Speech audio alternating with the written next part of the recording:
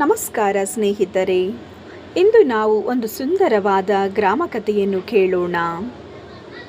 ಈ ಕತೆ ನಮಗೆ ಶ್ರಮ ಮತ್ತು ಏಕತೆಯ ಮಹತ್ವವನ್ನು ತಿಳಿಸುತ್ತದೆ. ಒಂದು ಹಸಿರು ಹಳ್ಳಿಯಲ್ಲಿ ರವಿ ಎಂಬ ಹುಡುಗ ತನ್ನ ಅಜ್ಜಿಯ ಜೊತೆ ವಾಸಿಸುತ್ತಿದ್ದ.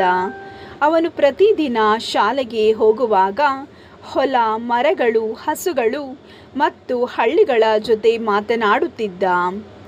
ಒಂದು ದಿನ ಹಳ್ಳಿಗೆ ಭೀಕರ ಬರ ಬಂದಿತು. ಕೆರೆ ಒಣಗಿತು, ಬೆಳೆ ನಾಶವಾಯಿತು. ಗ್ರಾಮದ ಜನರು ದುಃಖಿತರಾದರು. ರವಿ ಅಜ್ಜಿಯನ್ನು ಕೇಳಿದ, ಅಜ್ಜಿ, ನಮ್ಮ ಹಳ್ಳಿ ಮತ್ತೆ ಹಸಿರಾಗುವುದು ಹೇಗೆ? ಅಜ್ಜಿ ನಗುತ್ತಾ ಹೇಳಿದರು, ಒಗ್ಗಟ್ಟಾಗಿ ಕೆಲಸ ಮಾಡಿದರೆ ಏನೂ ಅಸಾಧ್ಯವಿಲ್ಲ. ಮರುದಿನ ರವಿ ಎಲ್ಲ ಮಕ್ಕಳನ್ನು ಸೇರಿಸಿ ಕೆರೆ ತೋಡುವ ಕೆಲಸ ಆರಂಭಿಸಿದ. ಹಳ್ಳಿಯವರು ಕೂಡ ಸೇರಿಕೊಂಡರು. ಹಿರಿಯರು, ಮಕ್ಕಳು ಎಲ್ಲರೂ ಒಟ್ಟಾಗಿ ಕೆಲಸ ಮಾಡಿದರು. ಕೆಲವು ದಿನಗಳ ನಂತರ ಮಳೆ ಬಂತು. ಕೆರೆ ತುಂಬಿತು, ಹೊಲಗಳು ಹಸಿರಾದವು. ಗ್ರಾಮ ಮತ್ತೆ ನಗಲಾರಂಭಿಸಿತು.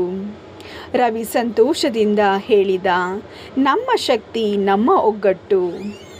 ನೀತಿ: ಒಗ್ಗಟ್ಟು ಮತ್ತು ಶ್ರಮ ಇದ್ದರೆ ಯಾವುದೇ ಸಮಸ್ಯೆಗಳನ್ನು ಗೆಲ್ಲಬಹುದು. ಇದೇ ರೀತಿಯ ಸ್ಟೋರಿಗಳು ನಿಮಗೆ ಇಷ್ಟವಾದರೆ ನನ್ನ ಚಾನಲ್ಗೆ ಸಬ್ಸ್ಕ್ರೈಬ್ ಮಾಡಿ, ಕಮೆಂಟ್ ಮಾಡಿ, ವಿಡಿಯೋಗೆ ಮತ್ತು ಲೈಕ್ ಮಾಡಿ. ಸಬ್ಸ್ಕ್ರೈಬ್ ಮಾಡೋದನ್ನ ಮರಿಬೇಡಿ. ನಿಮ್ಮ ಫ್ರೆಂಡ್ಸ್ಗೂ ಶೇರ್ ಮಾಡಿ, ಗೈಡ್ ಮಾಡಿ, ಸಪೋರ್ಟ್ ಮಾಡಿ.